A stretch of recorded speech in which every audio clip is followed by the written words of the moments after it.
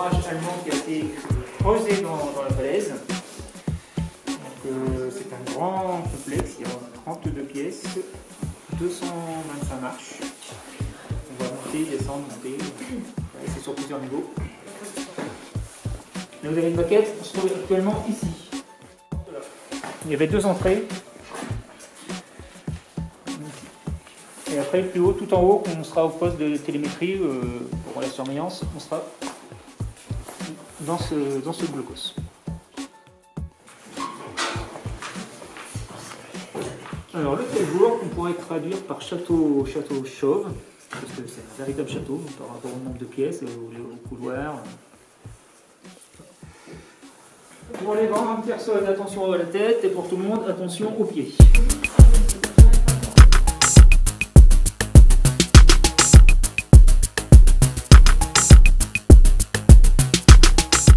Donc le Quellbourg a été creusé à même la craie dans la falaise, essentiellement par des prisonniers soviétiques et ici des Ukrainiennes, des femmes, qui étaient cantonnées dans la ville 2 et qui venaient tous les matins à pied, faisaient leur journée de travail et qui repartaient à pied le soir. Donc ici, à chaque entrée, vous avez cette première pièce qui est le poste de garde, avec un créneau pour mettre une mitrailleuse. Ce qui fait que si l'ennemi rentre, tout de suite il est accueilli par une mitrailleuse. Donc dans cette pièce, les soldats qui étaient de garde pouvaient dormir, se restaurer.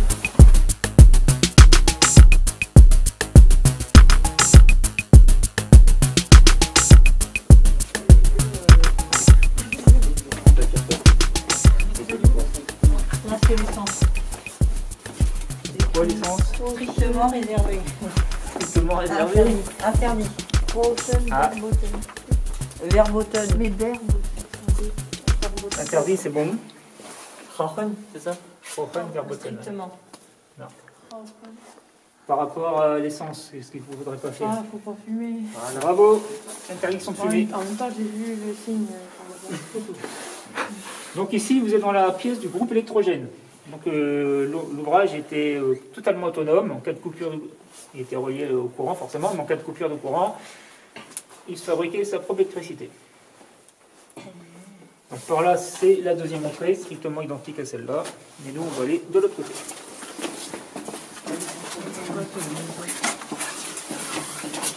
C'est grand. Alors, l'armée allemande était très organisée, très structurée, ce qui fait que pour chaque blocos, quand vous avez été à la base de V1, vous allez sur n'importe quelle base de V1, les blocos auront la même utilisation, la même forme, on sait à quoi ça correspond. Et pareil, pour tout ce qui est le long des plages, vous pouvez aller n'importe où, vous êtes face à un blocos pour une mitrailleuse, par exemple, vous savez ce que c'est tout de suite, parce qu'ils sont identiques. Là, c'est un ouvrage qui est unique. Donc on a très peu d'informations, donc il y a beaucoup de pièces, on ne sait pas à quoi ça correspond. On ne peut pas se baser sur d'autres ouvrages, il n'y a que celui-là. Et donc creuser dans la falaise, et après vous voyez partout ça a été maçonné en briques. J'ai encore juste une petite question. Par rapport à l'érosion de la falaise, on est à combien à peu près en distance de la paroi de la falaise? On est à flanc. À flanc. Donc il y a des risques à terme que cet ouvrage il parte, non? Alors, il y aurait des risques. D'ailleurs, on ne peut plus accéder à la salle du canon, parce que la falaise a légèrement bougé, mais ça va être consolidé. D'accord. Il y a eu des études de fait, l'université va consolider la falaise, c'est très très cher. La falaise, quand on est en partie de falaise, sur la partie terrestre, on est d'accord, donc il n'est pas attaqué par la mer en faveur. Oui. Là, c'est plus c'est l'érosion de la pluie, avec le gel. Avec le gel, le vent, etc. Mais on n'est pas attaqué par la mer. Donc là, vous avez deux petites pièces avec différents objets qui ont été donnés par les visiteurs. Tout ça, ce sont des dons. Alors, il y a un peu de tout, c'est hétéroclite.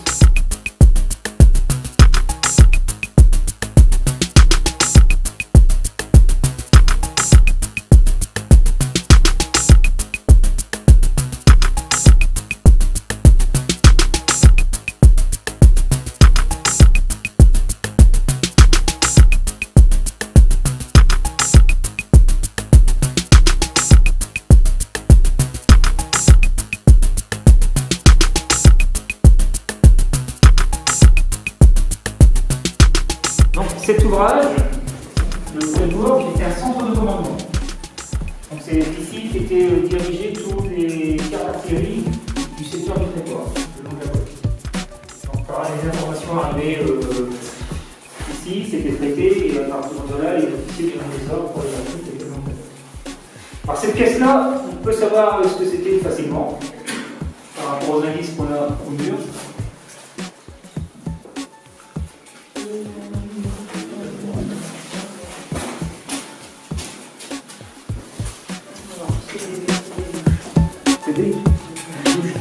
Non, il y avait beaucoup de câbles électriques qui arrivaient, de qui arrivaient, en fait, c'est la salle téléphone, ça le radio.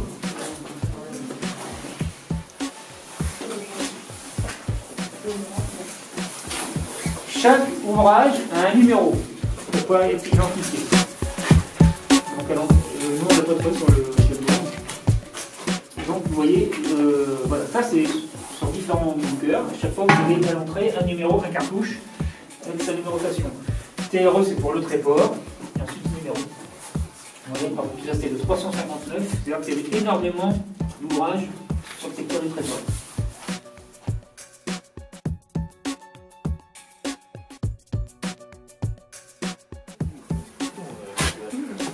Et à votre avis, qu'est-ce que pouvait être cette petite pièce? Non. Pas de prison non plus. Il y en a encore dans toutes les maisons, il y en a. Les toilettes. L'avait dit au début. Il l'avait dit au début. Donc les toilettes, c'était des gros seaux qui étaient vidés tous les jours. Donc là, vous avez 2 toilettes.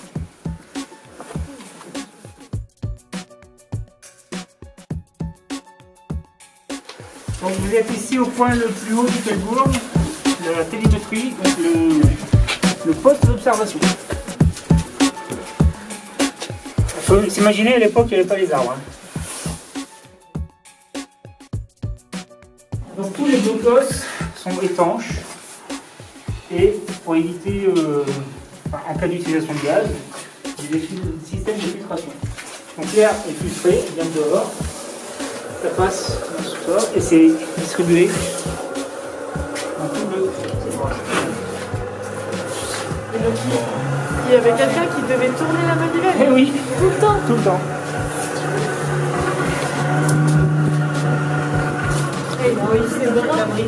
On va savoir que le gaz n'a jamais été utilisé pendant la Seconde Guerre. Là, donc ils ont tourné pour rien pour le... Ah bah non. Non, mais il n'y a personne qui a tourné. Je sais pas. Ils auraient tourné en cas d'attaque de gaz. Ah, ok. Ils ne sont pas obligés à tourner pour rien. Quelqu'un, il a été embauché pour faire le gaz, mais jamais... Il faut savoir que chaque soldat est équipé contre les gaz, parce que de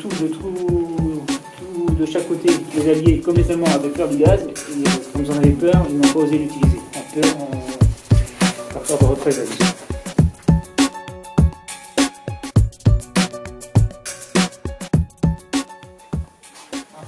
Donc vous avez un puits avec des barreaux, voilà, pour pouvoir sortir.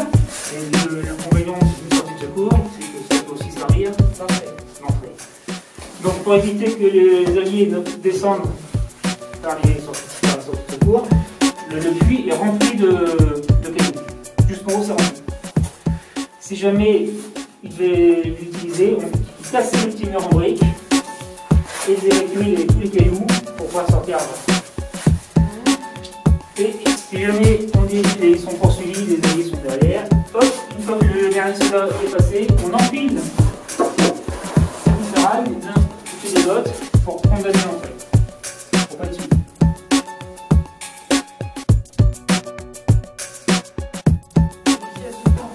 Bon, ça a été les escaliers? Ouais. Allez, non. Oh, yeah.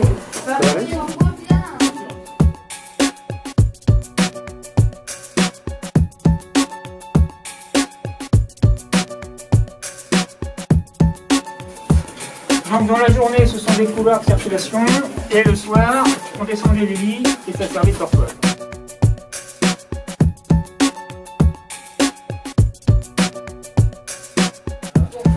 C'est une chambre, hein. Normalement vous avez des lits, l'armoire, une table.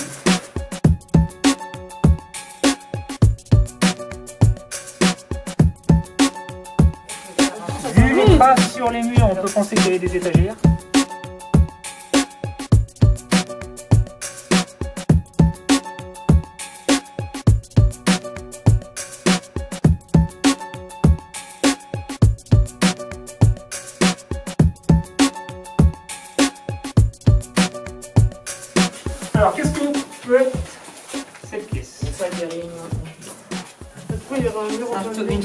stockage des munitions. Non, les munitions sont en dessous. Bah déjà là il y a pas. Il y avait une porte, oui, qui était séparée. Qu'est-ce que c'est ça, à ton avis? Bah des tuyaux.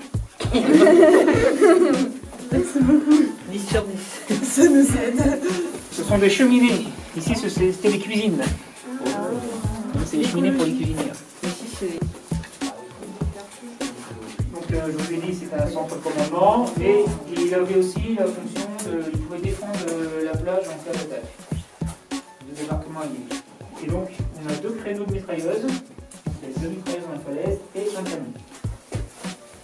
Donc, le canon est toujours en place. Ici, c'est un... Donc, il faut savoir que pour les mers de l'Atlantique, les Allemands ont récupéré tout ce qu'ils ont pu. Donc, les beaux canons, les 88, tout ce qui était vraiment à la pointe, était pour le combat. Et le long des côtes, ils ont mis tout ce qu'ils ont pu récupérer d'autres armées, des canons de la Première Guerre, parce que ça, ils savaient que ça allait moins servir. Donc nous ici, c'est un canon belge de la Première Guerre, le canon de 75. Alors le canon a tiré pour l'entraînement, mais il n'a pas tiré au combat. Ils ont protégé de la Norvège jusqu'à l'Espagne. Ils ont anticipé, si tu veux, ils prévoyaient quoi, c'était l'anticipation si jamais. C'était, Ils savaient qu'il y avait un Mais débarquement, mais ils ne savaient pas où. Ouais. Donc ils ont protégé toute la côte. Alors certains endroits, c'est moins protégé que d'autres. Par exemple, ils savaient que les Alliés s'y débarquaient, ils auraient besoin d'un port.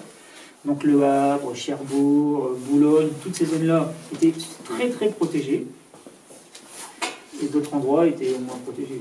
Mais tu sais, pendant ces guerres-là, on a fait des ouvrages, on a fait, je crois que c'est la Imaginale qui avait été. Ouais, c'est ça. Imaginons. Ouais, la Imaginale, qui étaient des erreurs. Enfin, on a construit des choses qui n'étaient pas. Parce qu'au final, ils l'ont contourné. Bah, c'est ça, ouais. C'était pas forcément utile, quoi. Il aurait fallu qu'il a continué bien plus loin, mais ils se sont dit non, les Allemands sont passés en Belgique en 14, ils ne feront pas la même chose. Bah, si, ils n'ont pas la même chose. Ouais, c'était la stratégie. Je ne sais pas si vous avez entendu parler d'un gros hôtel anglais qui était sur les falaises, l'hôtel Trianon, qui a été dynamité par les Allemands, et une partie des briques ont été récupérées et servent ici. Alors ces briques-là, l'hôtel hôtel de luxe, avec des murs peints recouverts d'émail, donc ces briques, on les fasse avec de l'émail. La consigne était de mettre l'émail non visible, mais de temps en temps, parce que c'était un acte de résistance, est-ce que c'est pour noter le monde, les ouvriers ont mis l'émail visible. Donc si vous voyez dans le couloir, de temps en temps, on a une brique de couleur. Donc ces briques-là, on sait qu'elles viennent de l'hôtel. Elles sont bleues souvent. Elles sont bleues. C'est parti.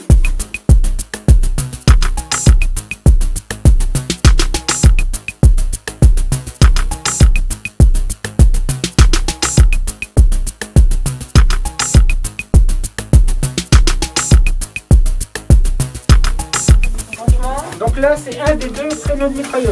Donc là, ici, vous aviez une mitrailleuse.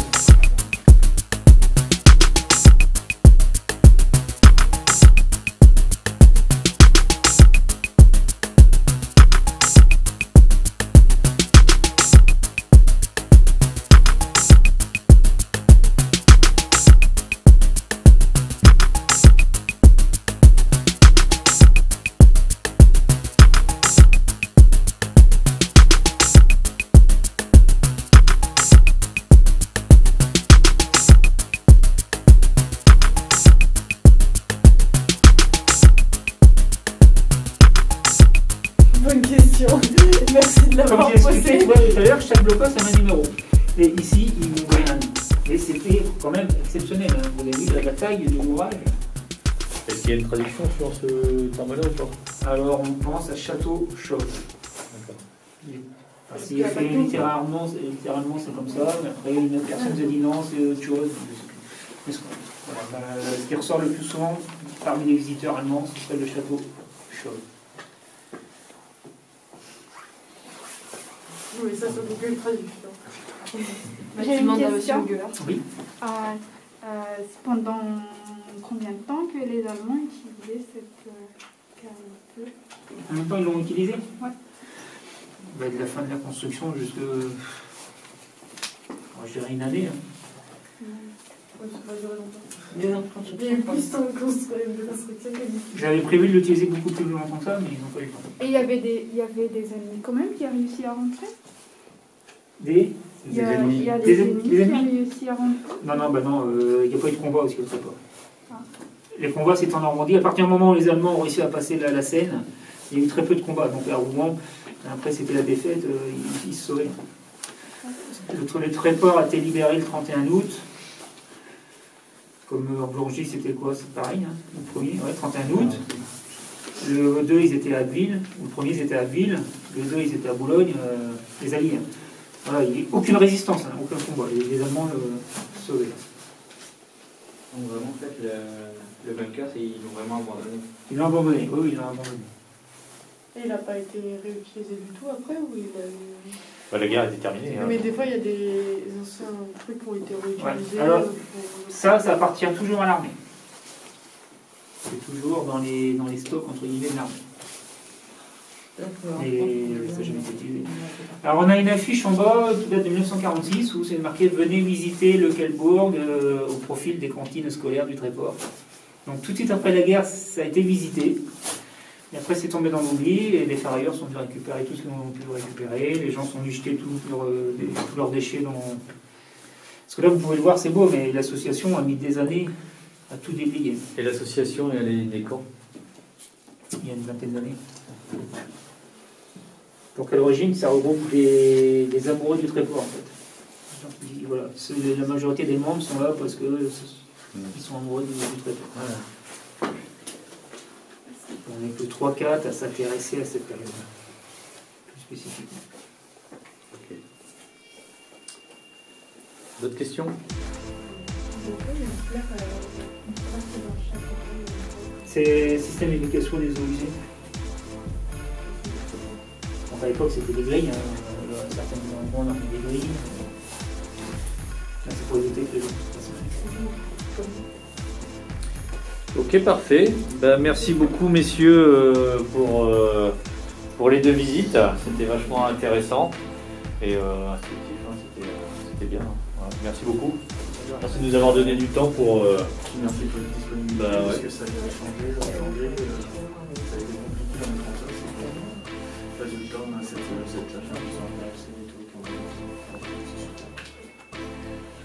Donc nous, l'association, tous les ans, ça fait 2 ans que ça s'est passé avec le Covid, on organise un camp de reconstitution à l'entrée du Tréport, fin août.